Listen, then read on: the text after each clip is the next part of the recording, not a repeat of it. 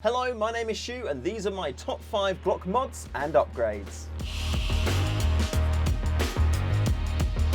Coming in at number 5, we have our safety catch modification. On the bottom of the Glock, you've got a safety catch here, but I find it always knocks itself on accidentally, which is mad as it's in such a strange place. So what I've done is put a little blocker in here, stopping the safety catch from knocking on by accident. Yes, it removes the safety from the gun, however, you still have got your inbuilt trigger safety, so it's not all lost. All you need to do for this mod is get a piece of cardboard, cut a long strip of it roughly to the right depth to fit inside that little gap, and then fold it in a concertina pattern like this, stuff it into this gap, and if it's a nice solid tough fit, get some super glue, put a drop over the top and let it seep into it, making a nice solid block. Then once that's dried, take yourself a permanent marker and just color it in so it matches the rest of the gun. That way the safety cannot go on anymore and you'll never find yourself in a situation where you're gonna wish it wasn't.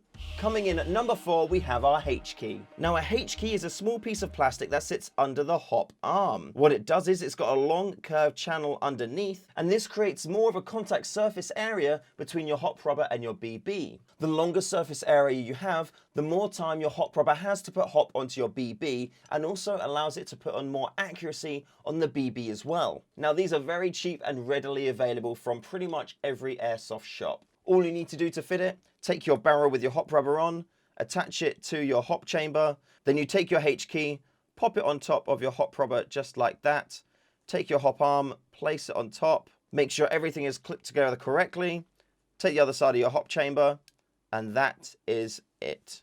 Upgrade number 3. A very common upgrade across all airsoft guns is the barrel. And in my Glock, I opted for the Maple Leaf Crazy Jet. This is a fantastic barrel, and after trying 3 or 4 different ones out there, I found this to be the best. Relatively inexpensive too. I think this cost me about £16 and is definitely well worth every penny. With the new barrel in there, you will see a slight decrease in FPS. However, you will get an increase in accuracy. But don't just take my word for it. Let's test it. With the original barrel in there, we had 246, 251. And then with the upgraded barrel in there, we're at 234, 235, 238, 235. So yes, on the FPS side of things, it was a little bit lower. However, it was more consistent between the lower end and the upper end of those shots.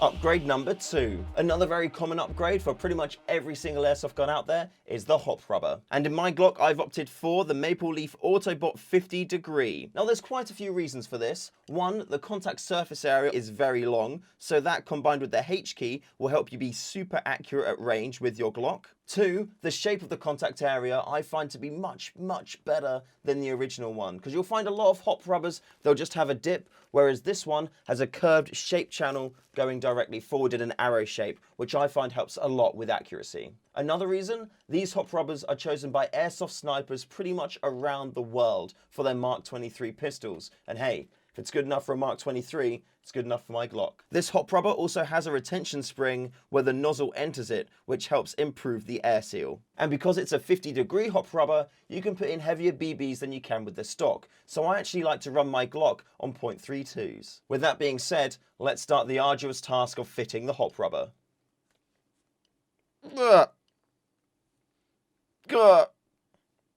There we go. Now all of those benefits will culminate in better accuracy due to the larger contact surface area and better FPS because you're losing a lot less gas, because where you can lose gas is sealed up. And that does lead me to our number 1 point, PTFE tape. This tape is used by plumbers to seal threads against gas and air leaks, and we can also use it between our hop rubber and our barrel. All we do, take a length, slide it over our hop rubber like that, add a bit of tension to make sure it's a nice and tight connection, and just run it around a few times. Then realign your hop rubber, because sometimes it can twist when putting the tape on. Visually inspect it, and that looks perfect. Now not only are we air sealing where the nozzle enters here with this little spring, but now we also have a perfect air seal here between the hop rubber and the barrel. Another little benefit of this is that by increasing the diameter slightly of the barrel here, you can get a nice tighter fit inside the hop chamber. But don't take my word for it, let's test it. So before this modification, we were getting 238 FPS. Now with the modification, 275. That was actually the lowest of all of our results, with 275 277, 280, and 277. So you can see why this is the #1 modification to do to your Glock. And it's also the cheapest. You can get a 10-pack of these for a few quid online. And with that, my top 5 list is complete. If you've tried out some of these mods or have some mods of your own, let me know what they are in the comments below. Thank you again. I've been Shoe, and I'll see you next time.